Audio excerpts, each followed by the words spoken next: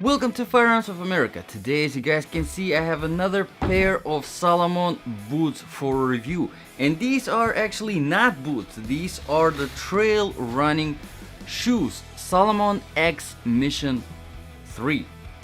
So, to give you a brief overview, absolutely excellent shoes, very lightweight, very comfortable, very easy to put on and off. And I do love the outsole. Currently about $115 on Amazon. The link is in the description below. But if you do have time for a whole review, let's get into it. As some of you already know, this review is specifically for my Ultimate Survival Boots section. Basically, if this was the last pair of shoes that you had in your house, something bad happened, you put them on, or you have been wearing them out and something bad happened, and you had to run, walk for extended periods of time without taking these shoes off. You had to fight, climb, whatever is necessary to do to survive. Would these be good shoes to survive in? Let's start the review. Okay, so how we make the judgment? We make the judgment based on 8 different criteria. Let's get into it. Criterion number 1, of course, the comfort level. In order to test the comfort level of every boot and shoe that I get on this channel, I do a 3-mile run and then a 5-mile walk. No pauses in between, no stopping, no matter how hard sometimes it can be. No stopping. So, what about the shoes? Probably some of the easiest, the best shoes to run in, for sure. 3 miles of run in these shoes honestly felt even better than in my running sneakers that I use on a daily basis for my workout. A few factors that contribute to that comfort. First of all, the weight. And let's get this out of the way. Let me grab my scale and we'll figure out exactly how heavy these shoes are.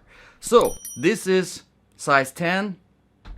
And as you can see, 10.9.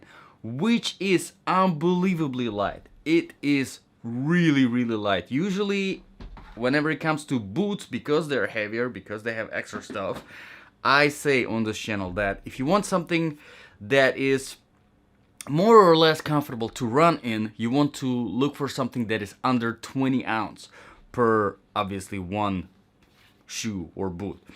This is 10.9, so it's almost half that. So obviously they do not add anything whenever you're running.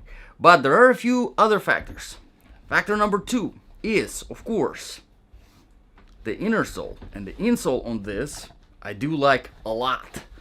Nothing really crazy over here. It's very thin. There isn't a lot of cushioning that is involved in this inner sole. However, because it is nicely shaped, it has a very good heel bed.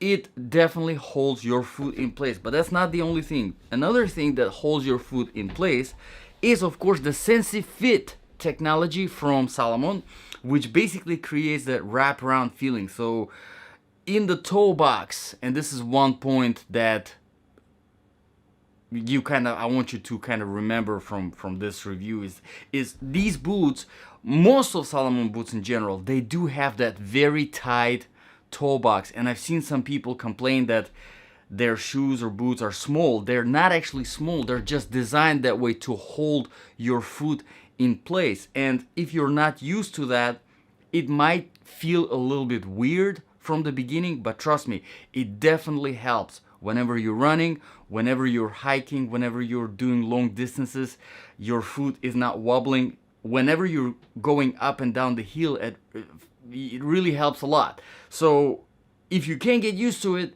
do it, because it's much better than your foot just freely wobbling around in the toe box. But there's another factor that I wanted to mention here, is the flexibility of the outsole. And as you can see, it is super flexible. It is very flexible, so you can run properly in these shoes. So whenever it comes to the comfort level, definitive 10 out of 10. Absolutely just perfect comfort level for me, that is. But keep in mind that because of that Sensifit technology, these are very tight in the toe box. So You might not like it. Keep that in mind. Alright, so let's move on to the criterion number 2, which is proofing and protection. Now, whenever it comes to proofing, there's really not a lot. This particular model is not waterproof. Keep that in mind. And honestly, whenever it comes to the trail running shoes overall, I try not to look for waterproofed trail running shoes. I don't see a lot of point because there isn't really any shaft going on here. So, you know, just a little splash and the water will easily get in there anyway. And whenever the shoes are not waterproof, if they are breathable enough, they can dry quicker. So it might be even a plus to have more breathable and not waterproof hiking shoes, if that makes sense. Whenever it comes to the protection, again, these are really not you know, shoes that you want to look at if you are looking for protection. There is no protection at the toe box at all. The toe is very, very soft. Obviously no ankle protection because these are, you know, there's no shaft.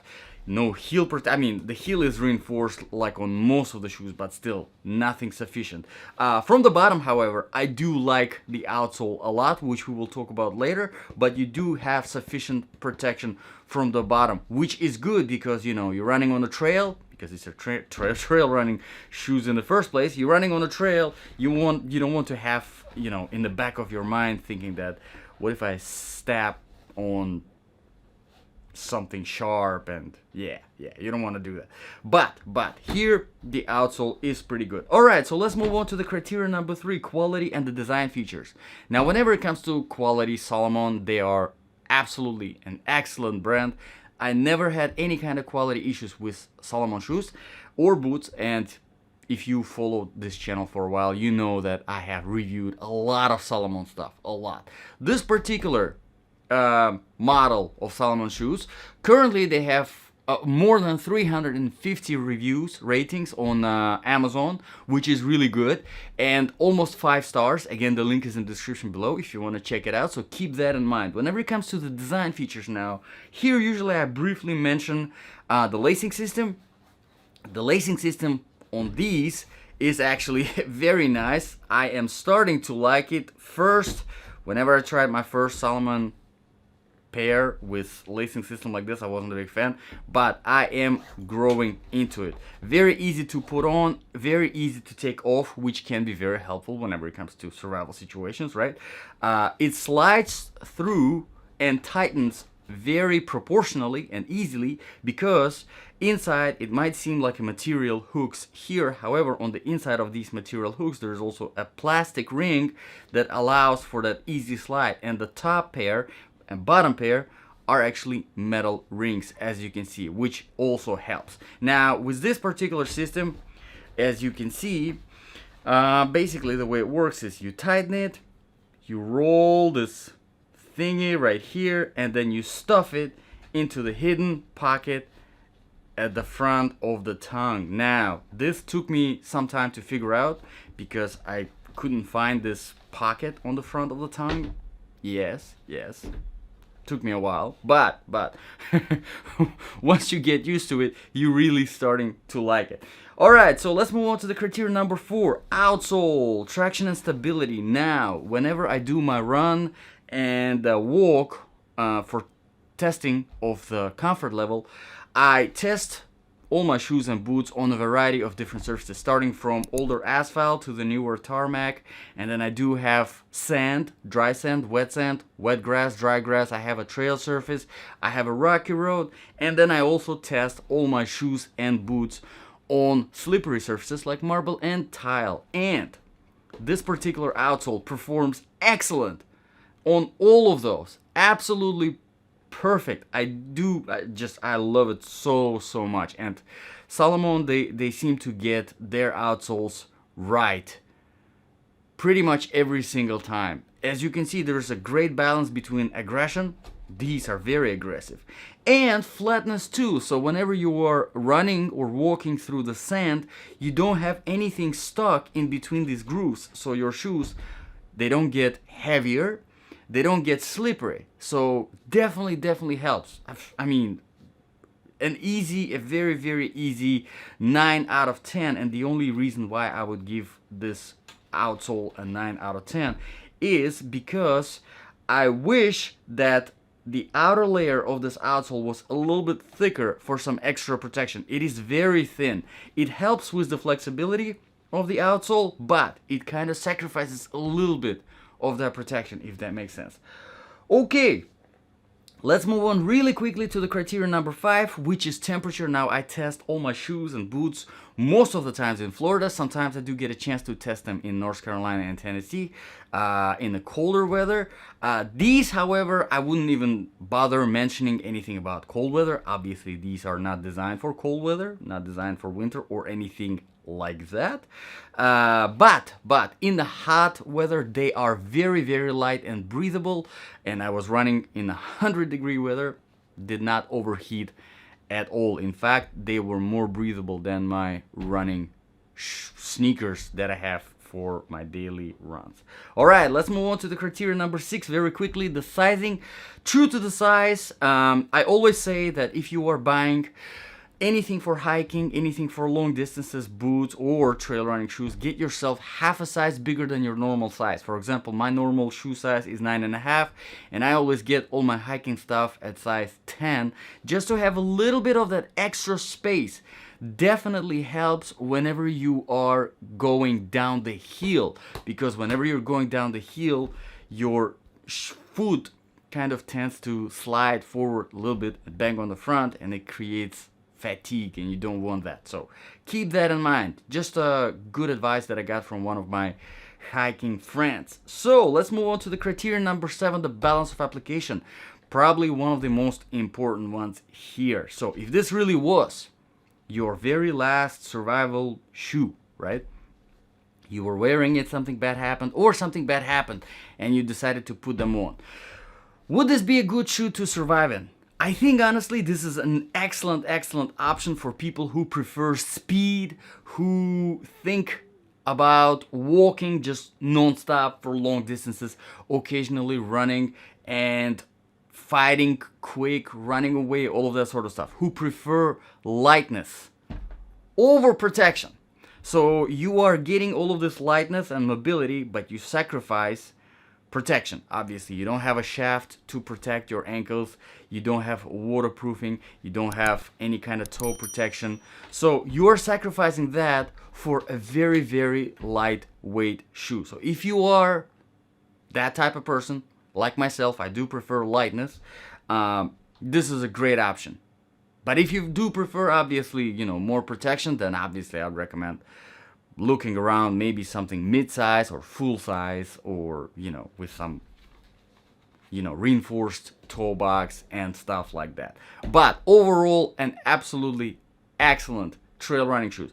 If you are just looking for a good trail running shoes, I mean, this is just probably one of the best. In fact, another one that I like so far, probably competing with this one, 1, 2, 2, 1, like that, on my top 10, would be Salomon XA Pro. Just absolutely amazing trail running shoes. Alright, and the very last criterion, and then criteria number 8, the price.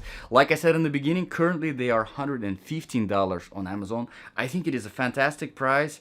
I think it could have been a little bit less than that because these are not waterproof, but overall, definitely, because this is a newer model from Salomon, I think the prices might go down. So if you want to wait a little bit, or if you want to keep checking on Amazon, I think they will go down in price a little bit. And like I said, so far, whenever it comes to all the other trail running shoes that are available for sale, comparing to these ones, this is definitely a great option. So let me know in the comments below, guys, what do you think about these Salomon trail running shoes? Would you get them for your ultimate survival, or would you get them as your everyday trail running shoes? If this was useful, please hit the like button and subscribe. That would be definitely very helpful. Every subscriber matters here. Thank you very much, guys, for watching. This was Firearms of America. I'll see you guys in the next video.